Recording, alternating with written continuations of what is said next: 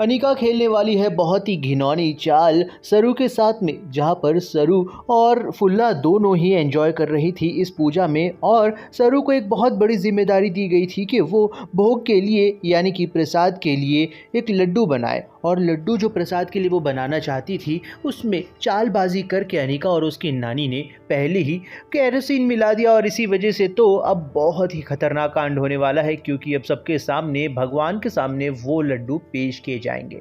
और जैसे ही वो लड्डू वहां पहुंचते हैं तो पहले तो दादी को आ जाती है केरोसिन की स्मेल, लेकिन वहीं पर दूसरी तरफ इससे पहले कि वो कुछ सोच समझ पाती, वहां से लड्डू गिर जाते हैं और गिरने के बाद डिस्ट्रॉय हो जाते हैं, जिसकी वजह से अब ये पूरा प्लान फ्लॉप हो गया। लेकिन वहीं पर अनिका से अब रहा नहीं गया, इसीलिए उसने बहुत बड़ी बेइज्जती करने के लिए एक बड़ा प्लान बनाया और वहां पर सरू और फुल्ला को बुलाया गया। स्पेशली उन दोनों को इसलिए बुलाया ताकि उनको खाना खिलाया जा सके, और खाने के लिए उनको बाहर बिठा दिया चप्पल और जूते के स्टैंड के पास में। अब देखना ये खतरनाक हो गया कि जैसे ही वहां पहुंचे तो फुल्ला इतनी ज़्यादा नाराज़ हो गई, उसने तो खाना खाने से ही इनकार कर दिया। लेकिन अब सबसे बड़ी बात ये होने वाली है कि अब हमारी सरू ये कहती हुई नजर आएगी फुल्ला को कि अब हमें खाना खा लेना चाहिए, खाने का अनादर नहीं करना चाहिए। लेकिन फिलहाल तो ये देखना काफ़ी मज़ेदार होने वाला है कि यहाँ पर अब फुल्ला और सरू दोनों खाना खाकर निकल जाएंगी। अब अगले दिन जैसे ही सरू वापस पहुंचेगी अन्नपूर्णा जी से मिलने के लिए,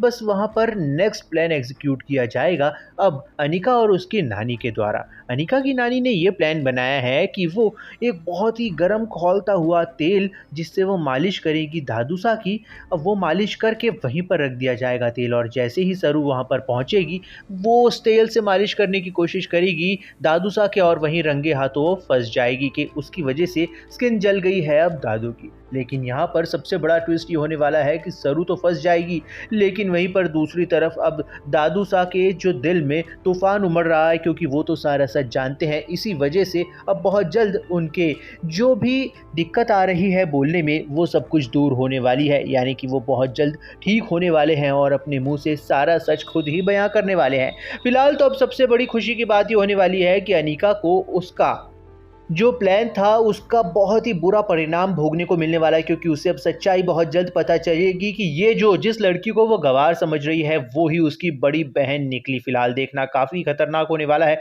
तो बने रहिए हमारे साथ में और देखते रहिए सीरियल सरू।